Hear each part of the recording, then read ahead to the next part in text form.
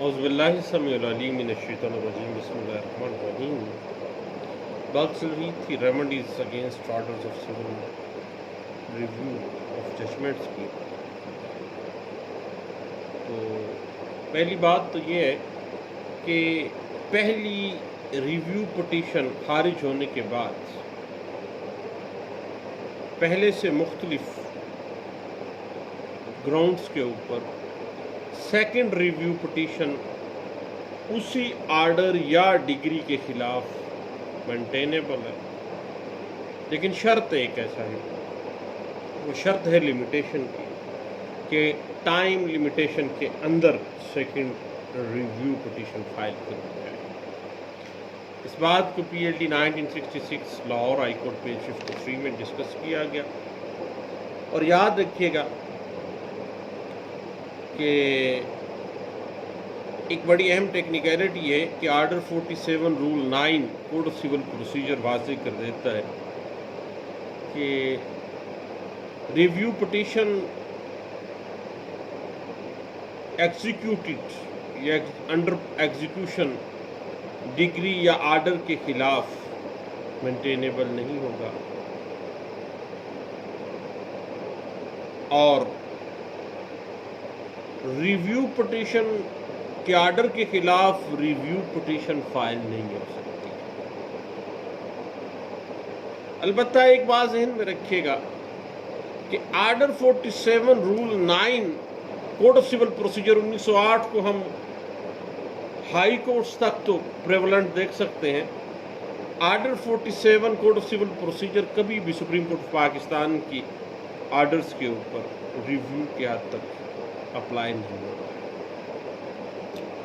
اس بات کو 1995 C L C page 966، 1997 S C M R page 922 میں ڈسکس کیا گیا.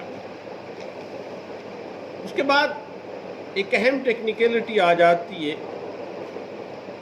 اپیل ریویو پٹیشن کے فیصلے کے خلاف.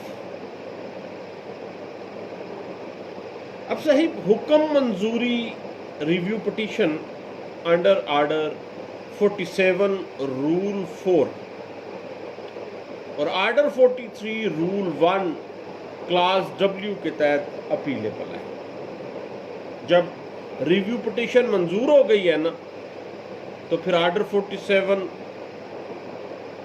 رول 4 اور آرڈر 43 رول 1 ڈبلیو کلاس جو ہے اس کے مطابق یہ جو ریویو پٹیشن کا منظور ہونا جو ہے وہ اپیلیبل ہے. لیکن اگر ریویو پٹیشن آرڈر 47 رول 4 کے تحت خارج کر دی جائے تو پھر اس خارج کیے جانے کے خلاف اپیل نہیں ہوتی ہے. اب صحیح بات آ جاتی ہے کہ اگر ریویو پٹیشن منظور ہو جاتی ہے تو اس پر اگر آرڈر 47 رول 4 یا آرڈر 43 رول 1 کلاس ڈبلیو کے تحت آپ اپیل میں آ گئے ہیں تو کون کون سے اعتراضات، کون کون سی گراؤنڈز آپ لیتے ہیں. ایک اہم ٹیکنیکلٹی ہے، اس کو ہمیں ڈسکس تو کرنا ہوگا. پہلی بات یہ ہے کہ ریویو پٹیشن رول 2 آرڈر 47 میں جو طریقہ کار دیا گیا ہے، جو اسٹیٹوٹ انٹرپریٹ کیا گیا ہے، اس کی خلاف ورزی ہے، اور اس کی خلاف ورزی کرتے ہوئے ریویو پٹیشن کو منظور کیا گیا ہے.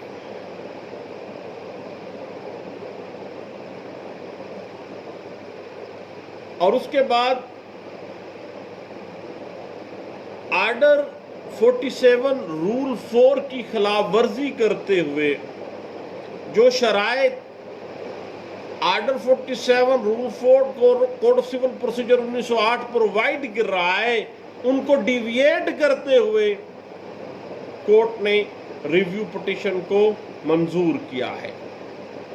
یا پھر ہم لمیٹیشن کو ہمیشہ زیر اعتراض لاتے ہیں کہ جو ریویو پٹیشن ہے وہ ٹائم بار ہے۔ اب یہ جو اعتراضات ہیں یہ ہمیشہ section 105 code of civil procedure 1908 کے تحت حتمی آرڈر، فائنل آرڈر یا فائنل ڈگری کے خلاف اپیل میں لیے جا سکتے ہیں، یا اپیل زیر آرڈر 43 رول 1W میں جو رول 7 میں دی گئی ریسٹرکشن کے تابع ہوتی ہے اس کے خلاف اس میں ہم استعمال کر سکتے ہیں۔ اس بات کو 1979 CLC پیج 823 بڑے اچھے انداز سے ڈسکس کر دیتا ہے، اور ریویو پٹیشن منظور کرنے کے فرسٹ ایپلیٹ کے جو فورم ہے اس کے آرڈر کے خلاف صرف رول 7 میں دی گئی وجوہات کے ساتھ آپ سیکنڈ اپیل فائل کر سکتے ہیں high court of that province کے اندر، جہاں پر ریویو پٹیشن انڈر رول 7 جو ہے منظور کی گئی ہے تو اس حکم کے خلاف اپیل نہیں ہوگی، اور اگر review petition on any other sufficient reason کی بنا پر منظور کی گئی ہے، یا ریویو پٹیشن اس بنا پر دی گئی ہے کہ there are errors apparent on the face of record, یعنی صفحہ مثل کے اوپر واضح طور پہ غلطیاں سامنے نظر آ رہی ہیں، اس حوالے سے 2000 ٹملڈی پیج 1867 اس بات کو انٹرپریٹ کر دیتا ہے۔ اسی طرح جو کلاس بی ہے اس کے تحت بھی اپیل صرف اسی صورت میں ہو سکے گی ریویو پٹیشن کے آرڈر کے خلاف اگر رول 4 کی جو پروویزو ہے اے اینڈ بی میں دیا گیا، جو قانون ہے، جو رول ہے، اس کو نظر انداز کر دیا گیا ہو، نہ کہ رول 1 کی خلاف ورزی کے خلاف۔ اسی طرح جو کلاس سی ہے اس کے تحت اپیل جو ریویو پٹیشن کے حوالے سے صرف اس وقت ہوگی اگر جو ریویو پٹیشنر ہے، اپیلانٹ ہے، یہ ثابت کرے کہ یہ درخواست جو ریویو پٹیشن ہے وہ ٹائم بار ہے، یا کوئی معقول وجہ جو ہے اس ٹائم بار ہونے کی موجود نہیں ہے۔ اور اسی حوالے سے اگر ہم ریویو پٹیشن کے آرڈر کے خلاف روین کو دیکھنا چاہتے ہیں تو یاد رکھیے گا کہ ریویو پٹیشن پر جاری شدہ جو آرڈر ہے، ظاہر ہے وہ جاری شدہ آرڈر اخراج درخواست کا حکم ہے۔ مثلا ریویو پٹیشن کو خارج کر دیا گیا ہے تو اس کے خلاف روین جو ہے وہ لائے ہو سکتی ہے، بشرطے کہ section 115 code of civil procedure میں دی گئی جو 3 شرائط ہیں، یعنی ان میں سے کسی ایک کے تحت یہ آتا ہو۔ مثلا عدالت نے جس نے ریویو پٹیشن کو خارج کیا ہے اس کو قطعی صورت ریویو پٹیشن کو سماعت کرنے کا اختیار نہیں تھا، یا عدالت نے مناسب تحقیق کرنے سے انکار کیا ہے، یا ریویو کرنے سے انکار کیا ہے، جبکہ ریویو پٹیشن مضبوط سالڈ گراؤنڈز کے اوپر تھی، کلیریکل مسٹیک تھی، کوئی ریتھمیٹیکل مسٹیک تھی، یا اینی سفیشینٹ ریزن تھی، کوئی ایرر آف فیکٹ تھا، ایرر آف لا تھا جو کہ جوڈیشل مائنڈ کو استعمال نہیں کیا، اس کورٹ نے اور ریویو پٹیشن کو خارج کر دیا ہے۔ اس حوالے سے 2000 CLC page 585 PLD 1991 supreme court of Pakistan page 905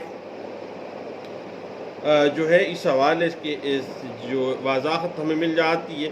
البتہ یاد رکھیے گا صاحب، زیادہ لمبی بات نہیں کرتے ہیں، کہ جب بھی ریویو پٹیشن خارج کیا جائے گی اس آرڈر کے خلاف آپ ریویژن میں جا سکتے ہیں، کیونکہ کورٹ آف لا بنیادی طور پہ ریویو پٹیشن کی سالڈ گراؤنڈ ہوتے ہوئے ایرر آف لا کمٹ کرتے ہوئے اس کو خارج کر رہی ہے۔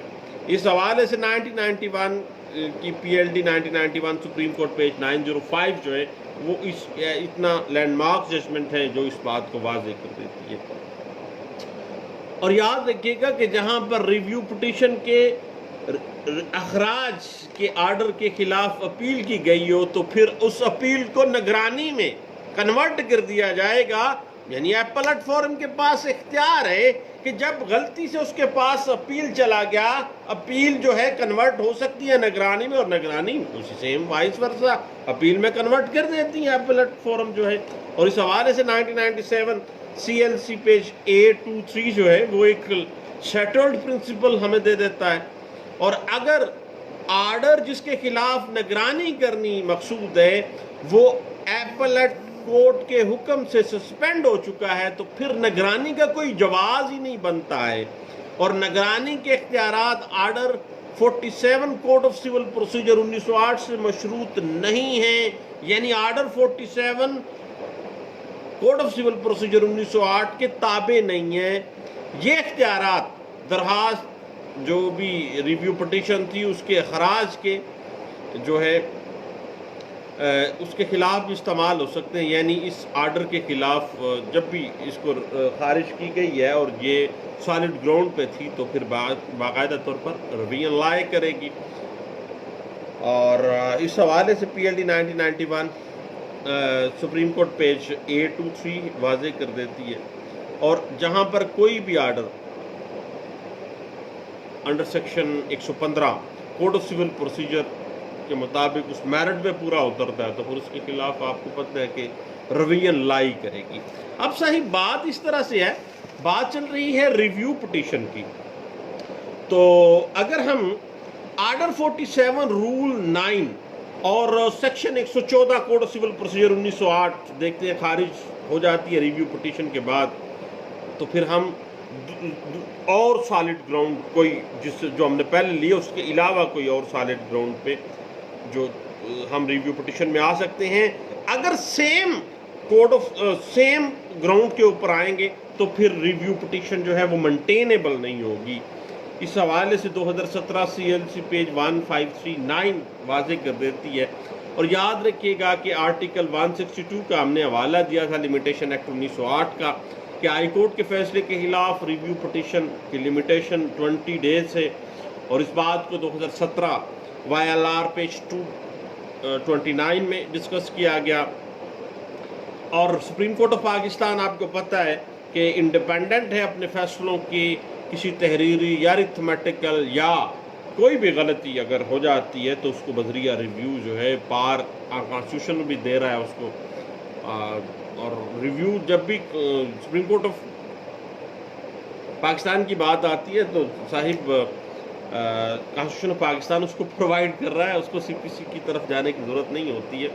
اس حوالے سے 2015 سی ایم آر پیج 148 اور 2016 سی ایم آر پیج 1961 جو ہے وہ ہمیں ڈسکس اس حوالے سے وضاحت دے دیتی ہے.